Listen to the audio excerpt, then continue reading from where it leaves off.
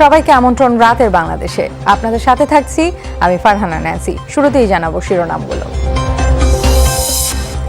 অস্ত্রোপচারের পর আইসিইউতে রাখা হয়েছে বিএনপি চেয়ারপারসন খালেদা জিয়াকে। বায়োপসি রিপোর্ট পাওয়া যাবে 72 ঘন্টা পর। She needs an advanced treatment in advanced center. এটা খুবই প্রয়োজন এবং তার জন্য আমরা আইনগত কোনো বাধা আছে বলে আমরা মনে করি না। সংগঠন হিসেবে জামায়াতে ইসলামের বিচার শুরুর আবেদন তদন্ত সংস্থার। প্রকাশ্য কোর্টে মানবতা বিরোধী অপরাধের সাজা দাবি। রাজধানী সহ বিভিন্ন জায়গায় সম্প্রীতি সমাবেশ, মানববন্ধন। ধর্মীয় সহিংসতাকারীদের কঠোর হাতে দমনের দাবি, রাজনৈতিক দোষারোপ বন্ধের আহ্বান। কাতারবন্দি দাঁড়িয়েছিলাম, ভিতরে হিন্দুরা তাদের উপাসনা করেছে। মানুষের যে সেই মানবীয়তা সেইটা লুণ্ঠিত হচ্ছে। বাংলাদেশে সাম্প্রদায়িক শক্তি থাকতে পারবে না। জুলাই থেকে গেটওয়েতে আটকে থাকা 214 কোটি টাকা ফেরত পাবেন বন্ধ ই কমার্সের গ্রাহকরা। 3 মাসের মধ্যে সিদ্ধান্ত বাস্তবায়ন করবে বাংলাদেশ ব্যাংক। যারা টাকা আটকে আছে সেই টাকাগুলো যেন তাদের কাছে ফেরত যায়, এই সংক্রান্ত যে আইনি জটিলতা বা যেটা রয়েছে সেটার ব্যাপারে আমরা কথা বলেছি। চট্টগ্রামে 3 ভাইয়ের পেশাদার চোর চক্র গ্রেফতার। রিকশায় অলিগলি ঘুরে নির্ধারণ করত টার্গেট। 500 চুরির তথ্য জানালো পুলিশ।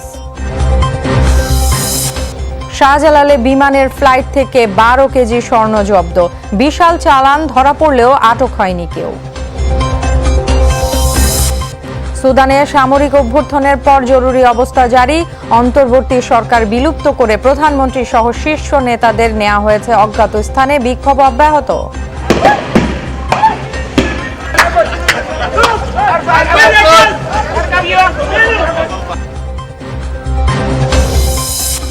এতক্ষণ শিরোনামগুলো দেখে নিচ্ছিলেন, এবার জানাবো বিস্তারিত। বিপদমুক্ত বিএনপি চেয়ারপারসন খালেদা জিয়া, যদিও অপারেশন থিয়েটারে নিতে হয়েছিল তাকে। শারীরিক জটিলতায় লাম্বের বায়োপসি করা হয়েছে আজ। অপারেশন শেষে দেশবাসীর কাছে দোয়া চেয়েছেন বিএনপি চেয়ারপারসন। সংবাদ সম্মেলন শেষে বিএনপি মহাসচিব ও ব্যক্তিগত চিকিৎসক অভিযোগ করেন, সুচিকিৎসা থেকে বঞ্চিত করা হচ্ছে খালেদা জিয়াকে। বর্তমান অবস্থায় উন্নত চিকিৎসার জন্য বিদেশে নেওয়া প্রয়োজন, যার পুরোটাই নির্ভর করছে সরকারের উপর। সাইফুদ্দিন রবিন জানাচ্ছেন বিস্তারিত। পুরনো বেশ কিছু রোগের সঙ্গে কিডনি ও লিভার জটিলতায় ভুগছেন বিএনপি চেয়ারপারসন খালেদা জিয়া। দ্বিতীয় দফায় বেসরকারি একটি হাসপাতালে ভর্তি আছেন 12 অক্টোবর থেকে। সংবাদ সম্মেলনে জানানো হয়, সোমবার খালেদা জিয়ার একটি ছোট অপারেশন হয়েছে। বায়োপসির পরীক্ষার নমুনা দেওয়া হয়েছে, যার রিপোর্ট পেতে সময় লাগতে পারে 72 ঘন্টা। লাম্প শব্দের অর্থ হচ্ছে ছোট চাকা। It is nearly 1.2 centimetre in size. যেহেতু লাম্প আছে সেই জন্য লাম্পের জন্য ওটার নেচার অফ অরিজিন জানতে হলে তাহলে বায়োপসি করা প্রয়োজন। এই বায়োপসি করার জন্যই ওনাকে আজকে ওটিতে নেওয়া হয়েছে। প্যারামিটার্সগুলো স্টেবল আছে এই মুহূর্তে এবং উনি সার্জিক্যাল আইসিইউতে উনি চিকিৎসাধীন আছেন।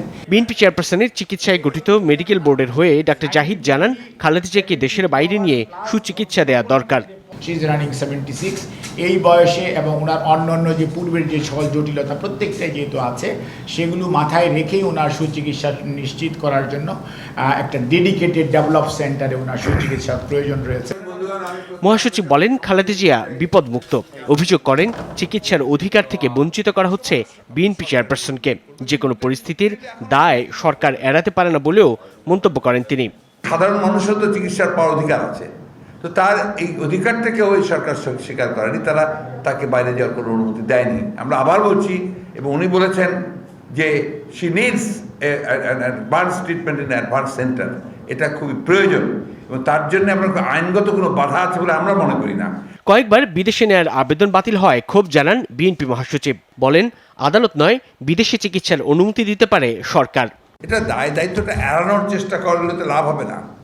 আপনারা তো তাকে স্থায়ী জামিন দেন নাই বা স্থায়ী মুক্তিও দেন নাই।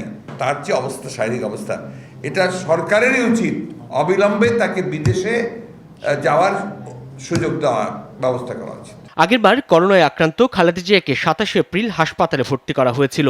54 দিন পর 19 জুন বাসায় ফেরেন তিনি। তারা যে যুক্তিটা দিয়েছেন একেবারেই আপনার যুক্তিহীন একটা কথা, মানুষকে বিভ্রান্ত করার কথা। It is a responsibility government, তারা দেবেন এটা। সাইফুদ্দিন রবিন, যমুনা নিউজ, ঢাকা। মানবতা বিরোধী অপরাধের দায়ে রাজনৈতিক সংগঠন জামায়াতে ইসলামীর বিচার যত দ্রুত সম্ভব প্রকাশ্য আদালতে শুরুর দাবি জানিয়েছে আন্তর্জাতিক অপরাধ ট্রাইব্যুনালের তদন্ত সংস্থা। সেই সাথে মুক্তিযুদ্ধের সময় দলটির সাথে যে সংগঠন বা ব্যক্তিরা জড়িত ছিল তাদেরও বিচারের আওতায় আনার দাবি জানানো হয়েছে।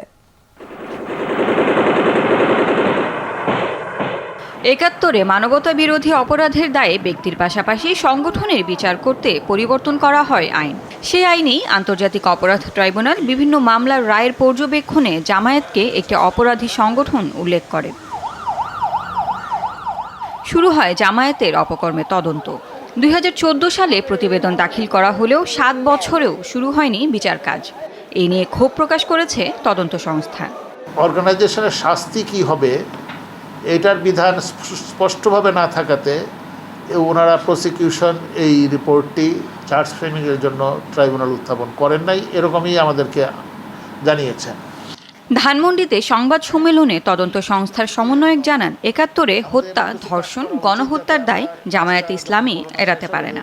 জঙ্গিবাদ, সাম্প্রদায়িকতাকে সমূলে উৎপাটন ও দলটির স্বরূপ উদ্ঘাটনের জন্য এই বিচারটি প্রকাশ্য আদালতে হওয়া উচিত। সংশ্লিষ্ট সবার কাছে আবেদন করব যে আমরা যে পরিশ্রম করে রিপোর্টটি দিয়েছি সেটা যথাযথভাবে নিরীক্ষা করে অবিলম্বে বিচার করা শুরু করার জন্য যেন পদক্ষেপ নেওয়া হয়। যে সংগঠনের যখন বিচার হয় তখন এই সংগঠনের সাথে সেই সময়ে যে সমস্ত অঙ্গ সংগঠন বা যে সমস্ত ব্যক্তিবর্গ জড়িত ছিলেন তাদের সবারই বিচার হয়। এটা তাদের সবার উপরে সেই অপরাধের দায় চলে আসে। ২০১৩ সালে রাজনৈতিক দল হিসেবে জামায়াতে ইসলামীর নিবন্ধন বাতিল করেন হাইকোর্ট। এরপর ৮ বছর পেরিয়ে গেলেও বিষয়টি ঝুলে আছে আপিল বিভাগে। লাভলি বিথি, যমুনা নিউজ, ঢাকা। রংপুরের পীরগঞ্জে হামলা ও আগুন দেওয়ার ঘটনায় গ্রেফতার ওমর ফারুক আর মামুনের বিরুদ্ধে চাওয়া পুলিশের রিমান্ড আবেদনের শুনানি হবে আগামী ২৮ অক্টোবর। দুপুরে ও সন্ধ্যায় তাদের রংপুর সিনিয়র জুডিশিয়াল ম্যাজিস্ট্রেট আদালতে তুললে বিচারক এই আদেশ দেন। এদিকে ভাঙচুর ও অগ্নিসংযোগের মামলায় আগেই গ্রেফতার ১৩ জনের ৩ দিন করে রিমান্ড মঞ্জুর করেছেন আদালত। আর ৩৭ জনের ৩ দিনের রিমান্ড শেষে গতকালই কারাগারে পাঠানো হয়েছে। এ ঘটনায় ভাঙচুর আর আগুন দেওয়ার মামলায় গ্রেফতার ৫৯ জন। এছাড়া পুলিশের করা ২টি ডিজিটাল নিরাপত্তা আইনের মামলায় ৩ আর র্যাবের করা মামলায় ২ জন আদালতে স্বীকারোক্তিমূলক জবানবন্দি দিয়েছে। ওমর ফারুক হোসেন তনেক এবং মামুন মণ্ডল দুইজনেরই আমরা প্রাথমিকভাবে তারা জামাত শিবিরের রাজনীতির সঙ্গে সম্পৃক্ত। আরও কারা কারা ইন্ধন জুগিয়েছে, তাদেরকে কে ইন্ধন জুগিয়েছে, এর পিছনে আরও কোনো রাজনৈতিক চক্রান্ত রয়েছে কিনা সেটা তাদের কাছ থেকে বের করার আমরা চেষ্টা করব। কুমিল্লায় নানুয়া দিঘির পারে পূজা মণ্ডপে অপ্রীতিকর ঘটনায় কোতোয়ালি থানায় দায়েরকৃত ধর্মীয় অনুভূতিতে আঘাতের মামলাটি সিআইডিতে স্থানান্তর করা হয়েছে। আলোচিত মামলায় রিমান্ডে থাকা ইকবাল হোসেনকে নিয়ে পুলিশ গতরাতে পূজা মণ্ডপ থেকে খোয়া যাওয়া হনুমানের গদা উদ্ধারে নামে। দারোগাবাড়ি মাজারের পাশের একটি ঝোপ থেকে গদাটি উদ্ধার করা হয়। ইকবাল জানায় ঝোপের মাঝে সেটা ফেলে রেখেছিল সে। এর আগে সিসিটিভির ফুটেজ দেখে ইকবালকে শনাক্ত করে পুলিশ। ফুটেজে দেখা যায় ইকবাল গদাটি নিয়ে মাজার সড়কে যায়। এর ১ ঘন্টা আগের আরেকটি ফুটেজে দেখা যায় দারোগাবাড়ি মসজিদ থেকে কোরআন শরীফ নিয়ে বের হচ্ছে ইকবাল। বৃহস্পতিবার রাতে কক্সবাজার থেকে গ্রেফতার করা হয় তাকে। নোয়াখালীর চৌমুহনীতে হামলা ও ভাঙচুরের ঘটনায় জড়িত থাকার অভিযোগে কুমিল্লার ঘটনায় উস্কানিমূলক বক্তব্য ফেসবুকে প্রচার করার অভিযোগে আরও ১১ জনকে গ্রেফতার করেছে পুলিশ। গ্রেফতারকৃতদের মধ্যে বিএনপির অঙ্গ সংগঠনের ৪ নেতা ও জামাত সমর্থিত সাবেক এক ইউপি চেয়ারম্যান রয়েছে। গ্রেফতারকৃতরা হল নোয়াখালী জেলা স্বেচ্ছাসেবক দলের সহ সভাপতি ফয়সাল ইনাম কমল, বীজবাগ ইউনিয়নের সাবেক চেয়ারম্যান ও জামাত নেতা হারুনুর রশিদ, জেলা যুব দলের সহ সাংগঠনিক সম্পাদক মোহাম্মদ রায়হান সহ ইউনিয়ন ও উপজেলার নেতাকর্মী। পুলিশ সুপার মোহাম্মদ শহীদুল ইসলাম জানান, ফয়সাল ইনাম কমল মন্দিরে হামলা ভাঙচুরের অন্যতম উস্কানিদাতা। তার বিরুদ্ধে ডিজিটাল নিরাপত্তা আইনে মামলা হয়েছে। চৌমুহনীতে হামলার ঘটনায় এখন পর্যন্ত ১১ মামলায় ১৩৫ জনকে গ্রেফতার করা হয়েছে।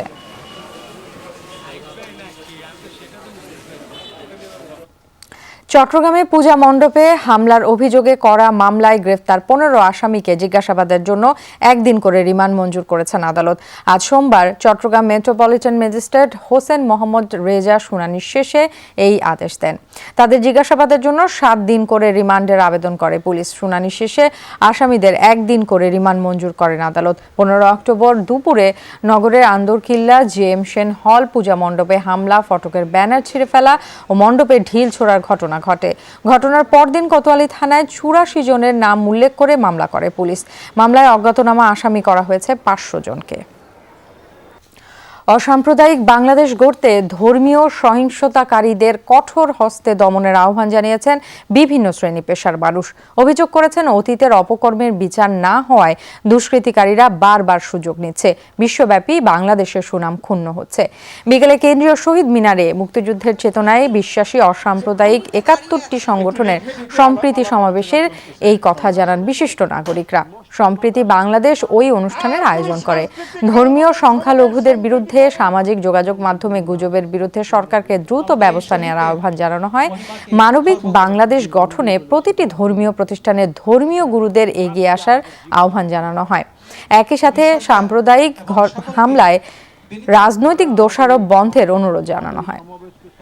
তার এই দেশে আমরা সেই আলেম ওলামা যারা মন্দিরের সামনে আমরা কাতারবন্দি দাঁড়িয়েছিলাম, ভিতরে হিন্দুরা তাদের উপাসনা করেছে, আমরা সাহায্য করেছি। বাংলাদেশে সেই মানুষের যে প্রকৃত ধর্ম, মানুষের যে সেই মানবীয়তা, সেইটা লুণ্ঠিত হচ্ছে, পদদলিত হচ্ছে। বাংলাদেশে সত্যিকার অর্থেই অসাম্প্রদায়িক শক্তি থাকবে, সাম্প্রদায়িক শক্তি থাকতে পারবে না। এদিকে সাম্প্রদায়িক সহিংসতার প্রতিবাদে দেশের বিভিন্ন স্থানে আজও মানববন্ধন কর্মসূচি অনুষ্ঠিত হয়েছে। সকালে রাজশাহী বিশ্ববিদ্যালয়ের শহীদ তাজউদ্দিন আহমেদ সিনেট ভবনের সামনে ঘণ্টাব্যাপী মানববন্ধন হয়। অংশ নেন উপাচার্য, উপ উপাচার্য, প্রক্টর সহ বিশ্ববিদ্যালয়ের শিক্ষক শিক্ষার্থীরা। মানববন্ধনে বক্তারা সারা দেশে সাম্প্রদায়িক হামলা ও অগ্নিসংযোগের ঘটনায় জড়িতদের দ্রুত বিচারের দাবি জানান। রংপুরেও মানববন্ধন করেছে জেলা আওয়ামী লীগ সহ সহযোগী ও অঙ্গ সংগঠনগুলো।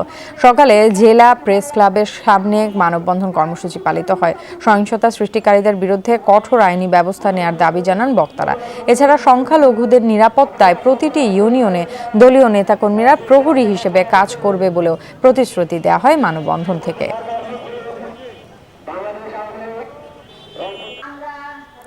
শারদীয় দুর্গোৎসব চলাকালে চট্টগ্রামের প্রধান পূজা মণ্ডপ সহ দেশের বিভিন্ন স্থানে হামলার প্রতিবাদে সমাবেশ করেছে চট্টগ্রাম মহানগর পূজা উদযাপন পরিষদ।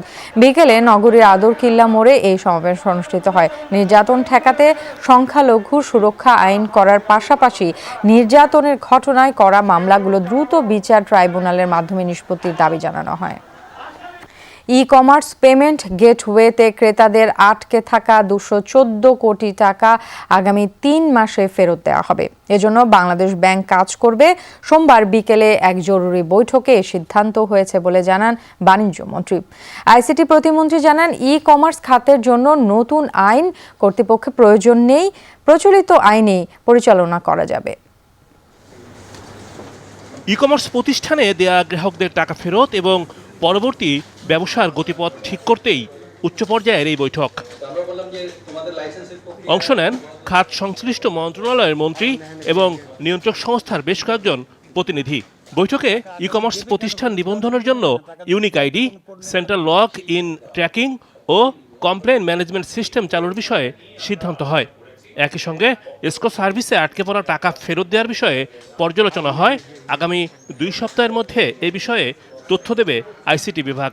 10% স্টার্টআপ পৃথিবীতে সফল হয়, 90% ফেল করে, কিন্তু 10% যে সাকসেসফুল হয় সেই যে রিটার্ন আসে সেটা ওই 90%কে ছাড়িয়ে যায়। হ্যাঁ, হয়তো ইভ্যালি অ্যামাজন না হয়ে এখন হয়তো সমস্যায় আছে, ফেস করছে, আইনগত সম্মুখীন হয়েছে, কিন্তু চাল ডাল অলরেডি গ্রোথ তাদের 300%। নীতিগতভাবে সিদ্ধান্ত হয়েছে যে সত্যিকার অর্থে জুলাই মাসের পরে, তাই তো, জুলাই মাস থেকে যে যারা টাকা আটকে আছে সেই টাকাগুলো যেন তাদের কাছে ফেরত যায়।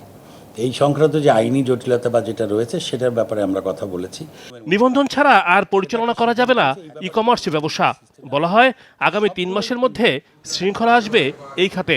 আমাদের মোটামুটি বলা চলে মাস 3 লেগে যাবে সব ব্যাপারগুলো একটা সিস্টেমের মধ্যে আনতে। খুব চেষ্টা করবে তারা, মাননীয় প্রতিমন্ত্রী মহোদয় বলেছেন। নতুন কোনো আইনের প্রয়োজন হবে না, নতুন কোনো লাইসেন্সের দরকার হবে না, কোনো রেগুলেটরের দরকার হবে না। এক্সিস্টিং রেগুলেটরস, এক্সিস্টিং ল দিয়েই আমরা টেকনোলজিক্যাল সলিউশন দিয়ে এটা সমাধানের পথটা খুঁজতে চাই। বৈঠকে উঠে আসে যুবক এবং ডেস্টিনি প্রসঙ্গ। বলা হয় টাকা এবং সম্পদ ফেরত পাবার বিষয়টি নির্ভর করছে আদালতের সিদ্ধান্তের উপর। একটা ব্যাপার আসছে সেটা। রিমন রহমান, যমুনা নিউজ, ঢাকা। প্রধানমন্ত্রী শেখ হাসিনার সাথে সৌজন্য সাক্ষাৎ করেছেন বাংলাদেশে পাকিস্তানের নবনিযুক্ত হাই কমিশনার ইমরান আহমেদ সিদ্দিকী। সকালে গণভবনে প্রধানমন্ত্রীর সাথে সৌজন্য সাক্ষাৎ করেন তিনি। এ সময় প্রধানমন্ত্রী বলেন, দক্ষিণ এশিয়ায় দেশগুলোতে ক্ষুধা ও নিরক্ষরতার অভিশাপ থেকে মুক্ত করতে ও এ অঞ্চলের মানুষের কল্যাণে কাজ করা উচিত। প্রধানমন্ত্রী বলেন, বঙ্গবন্ধু শেখ মুজিবুর রহমান কর্তৃক প্রণীত বাংলাদেশের পররাষ্ট্র নীতি হলো সবার সাথে বন্ধুত্ব, কারো সাথে বৈরিতা নয়।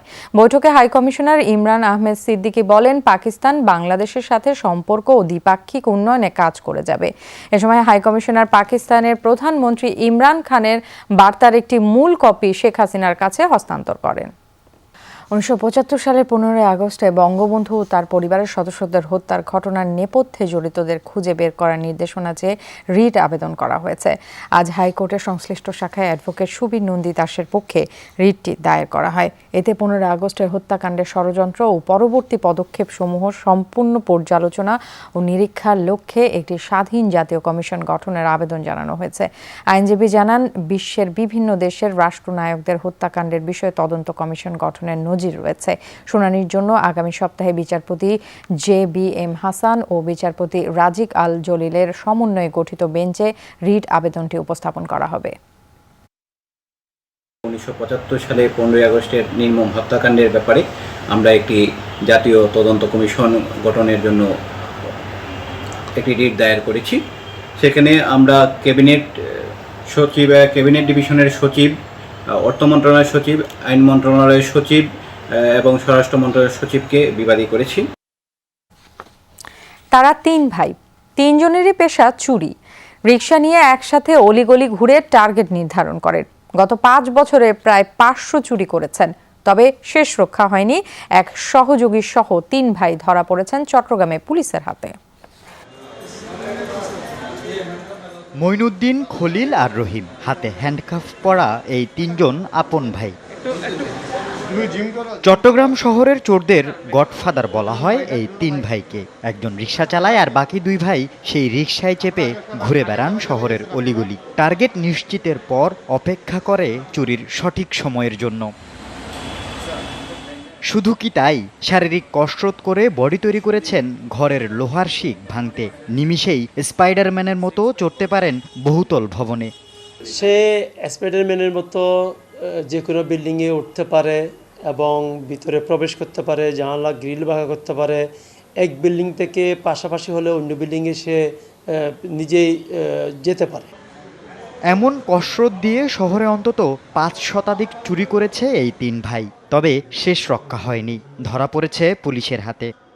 গোয়েন্দা তথ্যের ভিত্তিতে তাকে গ্রেপ্তার করি এবং তার অপর এক ভাইকে আমরা আগেই গ্রেপ্তার করেছি। সেও স্বীকার করেছে মালামাল ছিল যে আজকে যাদেরকে গ্রেপ্তার করেছি তাদের কাছেই, তাদেরকে আমরা গতকালকে রাত্রে অ্যারেস্ট করে থানায় নিয়ে আসি। চট্টগ্রাম নগরীর খালেদ রোডের একটি বাসায় চুরির ঘটনা অনুসন্ধানে নেমে চক্রটির সন্ধান পায় পুলিশ। উদ্ধার করা হয় চুরি যাওয়া মালামাল। আল আমিন শিকদার, যমুনা নিউজ, চট্টগ্রাম। আবারও শাহজালাল আন্তর্জাতিক বিমানবন্দর থেকে স্বর্ণ উদ্ধার করল গোয়েন্দারা। এবার দুবাই ফেরত বাংলাদেশ বিমানের একটি ফ্লাইট থেকে উদ্ধার করা হলো 12 কেজি স্বর্ণবার। তবে ধরা পড়েনি কেউ।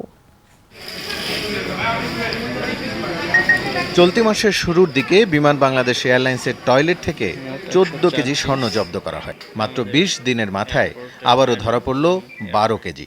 রোববার আনুমানিক রাত 9টার দিকে শাহজালাল আন্তর্জাতিক বিমানবন্দরে ফ্লাইট BG 4148 অবতরণ করে।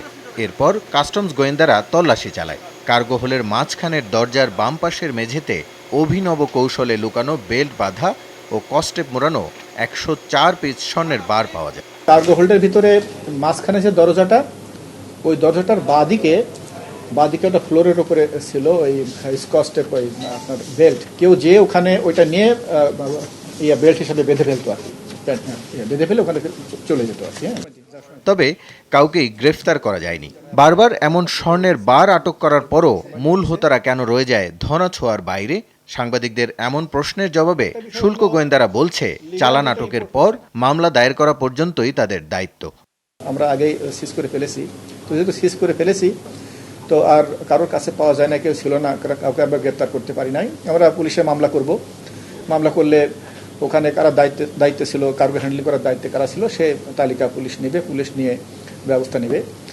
2019-20 অর্থ বছরে 180 কেজি, 2020-21 অর্থ বছরে 178 কেজি স্বর্ণ জব্দ করে শুল্ক গোয়েন্দারা। বৈধ পথে স্বর্ণ আমদানি তেমন হয়নি। যমুনা নিউজ, ঢাকা। ক্রেতা চাহিদার কারণে হুরাইন ফেব্রিক্স এক্সপোর সময় আরও 2 দিন বাড়ানো হয়েছে। এর আগে আজ মেলার তৃতীয় দিনে ছিল বায়ার মার্চেন্ডাইজারদের ভিড়। দিনভর দেশের বিভিন্ন বায়াররা ঘুরে ঘুরে হুরাইনের প্রদর্শনী দেখেছেন। ফেব্রিক্সের মানের প্রশংসা ছিল তাদের মুখে। হুরাইন ফেব্রিক্স এক্সপোর তৃতীয় দিন। যমুনা ফিউচার পার্কের লেভেল 7-এ হুরাইন ফেব্রিক লাইব্রেরি প্রাঙ্গণে মার্চেন্ডাইজারদের সমাগম। 180 রকমের নতুন ফেব্রিক্স নিয়ে দ্বিতীয়বারের মতো এমন আয়োজন করেছে হুরাইন হাইটেক ফেব্রিক্স লিমিটেড। সময়ের চাহিদা মেটাতে নিত্য নতুন ফেব্রিক্স উদ্ভাবনে গবেষণার উপর বেশি গুরুত্ব দিচ্ছে যমুনা গ্রুপের প্রতিষ্ঠানটি। হুরাইনের R&D এবং ইনোভেশন টিমের মাধ্যমে আমরা মাল্টি ব্লেন্ডেড ফ্যাব্রিক করছি। Cotton poly elastane, cotton viscose elastane, cotton modal, lyocell, tencel, viscose, even আমরা হ্যাম্প করেছি। আমরা এখন ওয়ার্কআউট করছি পাইনাপেল ফাইবার নিয়ে, আমরা এখন ওয়ার্কআউট করছি আপনার ব্যাম্বো ফাইবার নিয়ে। হুরাইন ফেব্রিক্সের অভিনব এমন আয়োজনে মুগ্ধতার রেশ দর্শনার্থীদের চোখে মুখে। তৈরি পোশাক শিল্পের কাঁচামাল সরবরাহে বিদেশ নির্ভরতা কমাতে হুরাইনের এই আয়োজন ভূমিকা রাখবে বলে মত তাদের। একটা টিম আছে, এটা দেখলেই বোঝা যায় যে ফ্যাব্রিক কালেকশন দেখে, এবং তারা যে নিউ ইনোভেশন আছে সব কিছু নিয়ে আসতেছে, স্পেশালি সাস্টেনেবল যেটা আছে, একটু সামথিং ডিফারেন্ট। এবং নতুন যে এসএস যে কালেকশন এসেছে স্প্রিং সামার এবং অটোম উইন্টারের জন্য, দোজ আর কোয়াইট ইনোভেটিভ। আমরা তো এই থিমের উপর কাজগুলো করে কাস্টমারকে আমরা প্রপোজালটা পাঠাই, সো ওটার উপর দেখতে গেলে এবার কালেকশনটা খুব ভালো হয়েছে। That's the first time for me, so I can't compare it to any other fair, but for sure this one is, there are many projects to see, so yeah, that's good. গুণগত মান ঠিক রেখে সময়ের চাহিদা মেটাতে পরিবেশ বান্ধব ও টেকসই ফেব্রিক্স উৎপাদনের প্রতিশ্রুতি হুরাইন কর্মকর্তাদের।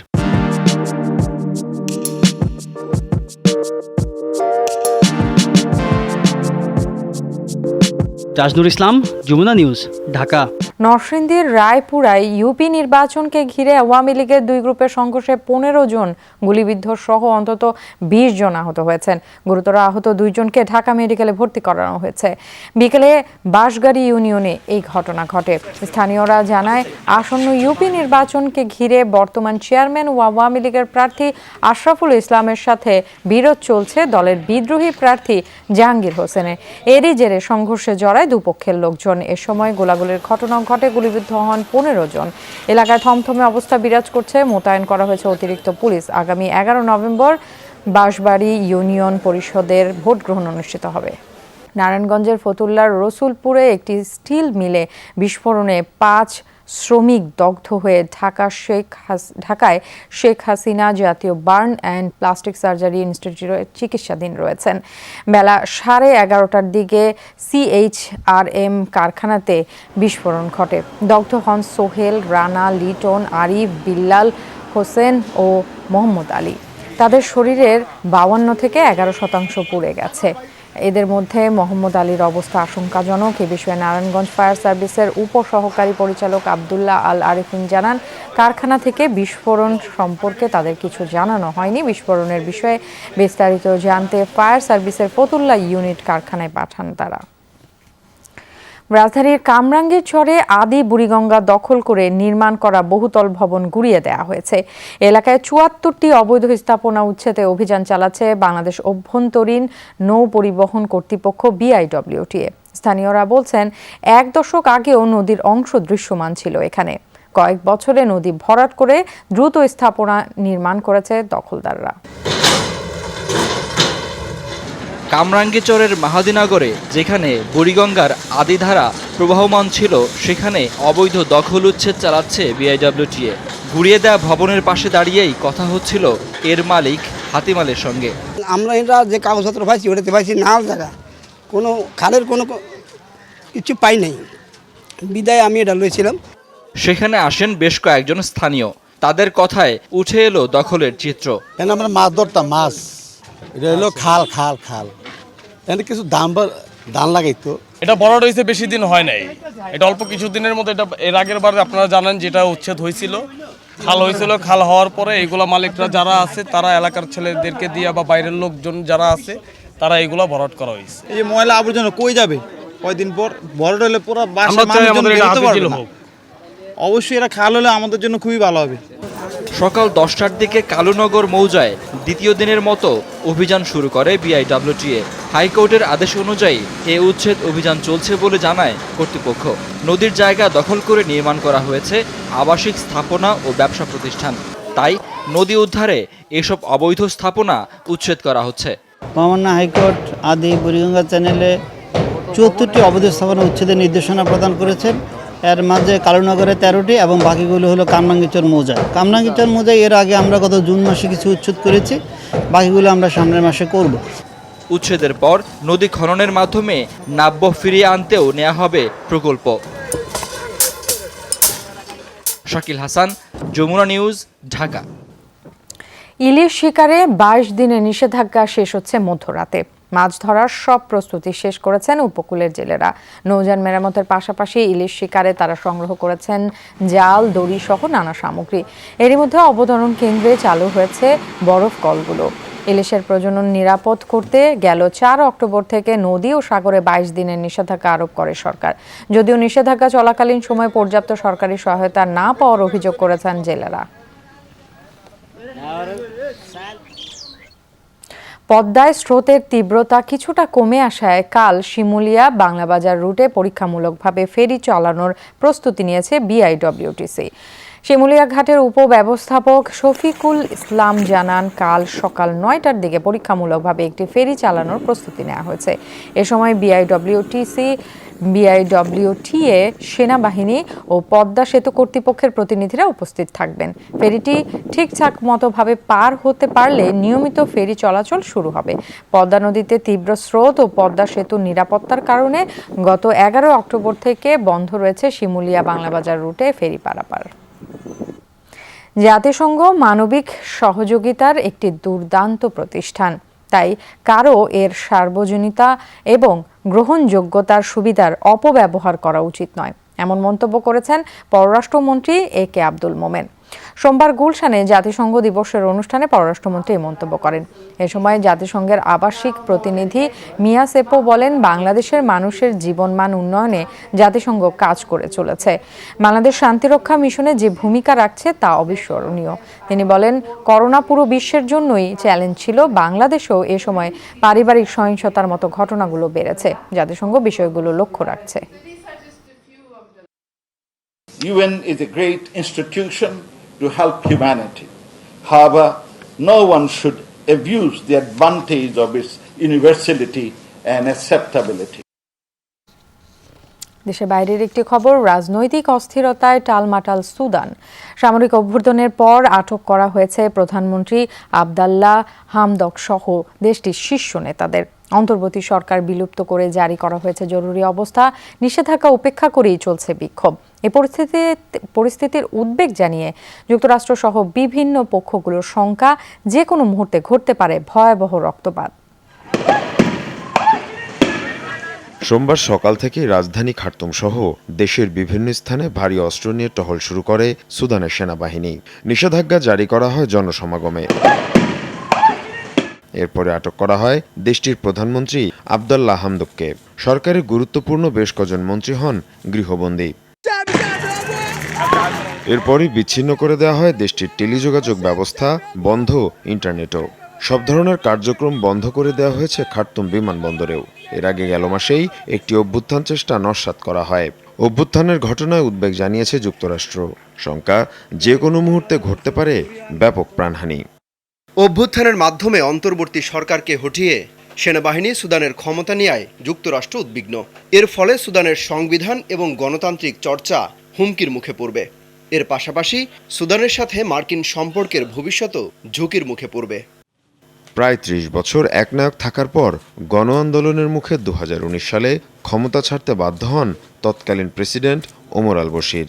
এরপরই কয়েকটি রাজনৈতিক দলকে সাথে নিয়ে অন্তর্বর্তী সরকার গঠন করে সেনাবাহিনী, যার প্রধানমন্ত্রী বানানো হয় আবদুল্লাহ হামদুককে। বলা হয় প্রশাসনিক কাঠামো এবং রাজনৈতিক সংস্কারের পর ২০২৩ সালে হবে নির্বাচন। এ অবস্থায় ভোট এগিয়ে আনার দাবিতে গেল বছর বিক্ষোভ শুরু করে দলগুলো। দেখা দেয় সহিংসতা, হতাহত হন বহু রাজনৈতিক নেতাকর্মী। মীর মুশফিকা হাসান, যমুনা নিউজ। শারজার ম্যাচে ভুল ছিল স্বীকার করেছেন নাইম শেখ। হাফ সেঞ্চুরি হাঁকানো এই ওপেনার দাবি করেছেন দল ঘুরে দাঁড়াবে আবুধাবিতে। শ্রীলঙ্কার বিপক্ষে হারের পর দুবাইতে বিশ্রাম কাটিয়েছে বাংলাদেশ। আগামীকাল ম্যাচ ভেন্যু আবুধাবিতে অনুশীলন করবে দল। আবুধাবি থেকে তামিদ অমিতের রিপোর্ট। দল জিততে থাকলে ক্রেডিট নিতে লোকের অভাব পড়ে না, কিন্তু হেরে গেলে মুখ লুকাতে চায় সবাই। সেখানে একটু ব্যতিক্রমে বলতে হবে নাইম শেখকে। হতেই পারেন দল হারলেও যে ব্যাট হাতে শারজার শেখ ছিলেন নাইম। তাই তো দল যখন বিশ্রামে দুবাইতে, তখন নিজেদের অবস্থান তুলে ধরতে দলের প্রতিনিধি হিসেবে এলেন এই ওপেনার। সবসময় আমি চাই রান করতে। রান করলে যে কোনো ব্যাটসম্যানের আপনার আত্মবিশ্বাস খুব ভালো থাকে। কোনো ইভেন্ট থাকলে তো আরও বেশি ফোকাস থাকে। নর্মাল ডোমেস্টিকের থেকে এমনি ইন্টারন্যাশনালে একটু ফোকাসটা বেশি রাখতে হয়। প্রতিটা ব্যাটসম্যানেরই ব্যক্তিগত একটা প্ল্যান থাকে, আমারও আছে। আমি সাকিব ভাই, মুশিব ভাই সবাই উইকেট বুঝে কন্ডিশন অনুযায়ী রান করার চেষ্টা করছে, যে উইকেটে কত রান করলে আমরা ডিফেন্ড করতে পারবো। তো আমরা কালকে যে স্কোর আমাদের বোর্ডে ছিল, আমরা ডিফেন্ড করার মতন স্কোর ছিল। দুবাইয়ে উইন্ডিজ কিংবা ইংল্যান্ড অস্ট্রেলিয়ার ম্যাচ থেকে স্পিন উইকেটের ধারণা ছিল শারজা নিয়ে, কিন্তু পরিকল্পনা মতো কাজ হয়নি। আসালাঙ্কারা ছিনিয়ে নিয়ে গেছে ম্যাচ লিটনদের হাত থেকে। দুবাই ওমানের কন্ডিশন সিমিলার, তো আমরা অনেক দিন ধরে এখানে আসি। আমাদের এই কন্ডিশন আমরা এখন মোটামুটি ভালো অ্যাডজাস্ট। তো আমাদের যেহেতু কালকে একটা ম্যাচ কোনো একটা কারণে হয়তো আমরা মিস্টেক করছি, যে কারণে আমরা জিততে পারিনি। ইনশাল্লাহ আমাদের ফোকাস থাকবে সামনে একটা একটা করে ম্যাচ বাই ম্যাচ আমরা ফোকাস করার জন্য। আর 3টা ডিপার্টমেন্টে আমাদের ভালো করার লক্ষ্য থাকবে। মঙ্গলবার টাইগাররা ম্যাচের আগে অনুশীলন করবে আবুধাবিতে। এরপর ইংল্যান্ডের বিপক্ষে টি-20তে অভিষেক হবে বাংলাদেশের। অমিত, যমুনা স্পোর্টস, আবুধাবি, সংযুক্ত আরব আমিরাত। বাবা আবদুল্লাহ আল মামুনের স্বপ্ন পূরণের জন্য বাংলাদেশে আসা বললেন রাশিয়ার হয়ে জিমন্যাস্টিক্সে অলিম্পিক স্বর্ণ জেতা মার্গারিটা মামুন। 2016 সালের রিও অলিম্পিকের স্বর্ণ জয়ের 6 দিনের মাথায় বাবা আবদুল্লাহ আল মামুনকে হারান মার্গারিটা। বাবার বাড়ি রাজশাহী ঘুরে দেখার জন্যই মূলত বাংলাদেশে আসা মার্গারিটার। সহকর্মী অলোক হাসানের সাথে বাংলা ও ইংরেজি মিলিয়ে কথা বলেছেন এই বাংলাদেশি বংশোদ্ভূত রাশান তরুণী। বাংলাদেশের একজন স্বর্ণ জিতেছে, তাও আবার অলিম্পিকে, আর সাথে আছেন আমার সেই অলিম্পিক পদকজয়ী মার্গারিটা। আমরা এখন সরাসরি তার কাছে যেতে চাই তার অভিব্যক্তি জানার জন্য। Margarita, welcome to Bangladesh, and it's a nice pleasure for me to interview you in face to face. So how do you feel to come here in Bangladesh? I'm very excited and I'm very, very happy because I was here last time 15 years ago when I was 10, and first time before Olympics I'm here, and of course I'm very excited and it's an honor to me, and I'm happy that you are inviting me and all my family, and I'm happy to be here. 2016 Olympic gold medal. So after the 6 days, we know that your dad is passed. So do you have any his dreams to continue to the Bangladesh? I think the biggest dream of him was Olympic golden medal, and he saw it. We saw when I come back, and of course I think he will be very proud that I came here again, and with my family and visit my, как это будет, родственники? Simple. It's all my family here in Bangladesh. My brothers, sisters, my uncles, all of my family, Bangladesh family here. I think he will be very, very proud. Do you know anything in Bangla? Of course, I know. I can count. 1, 2, 3, 4, 5, 6, 7, 8, 9, 10. I think, and some words. A little bit, yes. When I was little, father teach me Bangla. Do you have any thing to say to the Bangladeshi people in Bangla? In Bangla, I guess, 1 second, I remember. Ami Bangladeshi Valobashi. Yeah, it's okay. Thank you. Alok Hasan, Jamuna sports, Dhaka. এই ছিল রাতের বাংলাদেশের আয়োজনে। এতক্ষণ আমাদের সাথে যারা ছিলেন সবাইকে ধন্যবাদ। শুভরাত্রি।